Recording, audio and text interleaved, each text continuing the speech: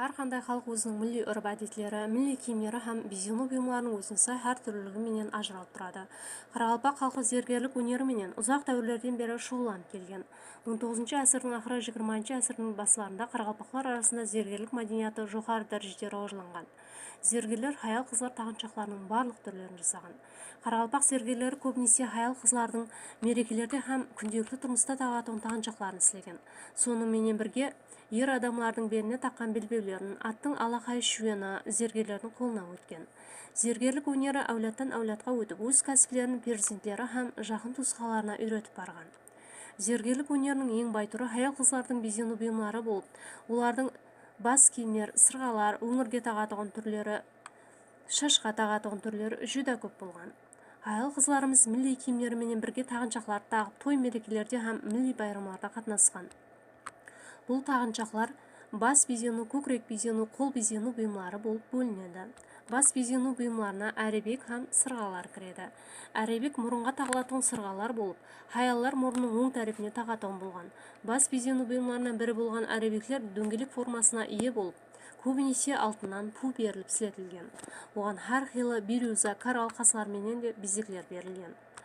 Ал сырғалардың да бірнеше түрлері ұшырайды. Қалқалы сырға, собықлы сырға, бүршіклі сырға, балтақлы сырға, сілсінелі сырға, шиыртпалы сырға сияқлы бірнеше түрлері бар. Үлкен жастағы апалар бүршіклі сырғалар һәм шашақлы сырғалар, ал жас қызларымыз қалқалы сырғалар таққан. Хаял қызларымыздың ең көзге көрінетін безену бұйымлары бұл көкірекке тағылатын безену бұйымлары болып, бұған хайкел, айшық, түйме, гүлчалғышлар, өңір моншақлар, мойын тұмар, шар түймелер кіреді. Олар да өзінің әр түрлілігіменен бір-бірінен ажыралып тұрады. Өз формасына, өз орны, оларды тағу уақыты өз өзгешеліктеріне байланысты. Мысалы, қызлар хайкел, айшық, мойын тұмар, ілгек түйме, қарсы ілгекті 12-13 жасынан басып тағып жүрген. Бұл түймелерді өңіршелерге безеу ретінде таққан. Ер жеткен қызлар той мерекелерде хайкел, жұмалақ түйме, шар түйме, гіл чалғыш, өңір моншақтан басып бәрін таққан. Түймелерде жұмалақ түйме, жалпақ түйме, шар түйме, айры түйме, бақа түймелер деп айырылады. Хайкел түймелердің көрінісі білезік қастың дөңгелегіндегі босылықты толықтыратұғын өсімлік тақлеті нақыс болып келеді. Хайкеллерге қойылған тасылар бір қатар, екі қатар, үш қатарлы болып та келеді. Хаял қызлардың безену бұйымларының тағы бір түрі бұл қолға тағатығын зергерлік бұйымлары. Қол безену бұйымларына білезік һәм жүзіклер кіреді. Білезіклер де екі түрге бөлінген. Қаслы білезік һәм құйма білезіклер.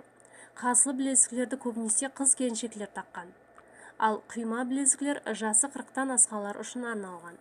Қаслы білезіклер сілені ұсылы, металы, нақысы бойынша өңірге тағатығын тағыншақларына жақын болып келеді.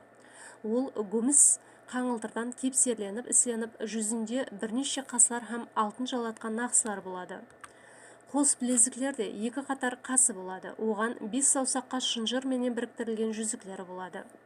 Кейбір қаслы білезіклерде қастың қапталарына құйма нақсылар ісletіледі. Құйма білезік көмісті ертіп, қаліпке құю жолыменен ісletіледі. Құйма білезік нақсылары шетлері сирекленген, әр жерінде ноқаты бар, бір тұтас өсімлік тақлетлі болады. Жүзіклер де саусақларға тағылған. Ол гүмістен сіленген болып, қызыл тасыларменен безетілген. Ер адамлардың жүзіклері көбінесе сердалик қасыларменен ісletілген түрлері ұшырайды. Олардың қасылары билердің, ірі әмелдарлардың мөрі болып есептелінген. Безену бұйымларының сирек ұшырайтын түрі айшық. Айшық балалардың жауырынына тағылған. Ай ортасында қасы бар, тақылетте ісленген. Қастың дөңгелегі ирек нақсыларменен безетілген. Қазіргі күнде бұл зергерлік бұйымлары ата-бабаларымыздан қалған бейбақа мирас есептелініп, музейіміздің этнография бөлімінде сақланбақта.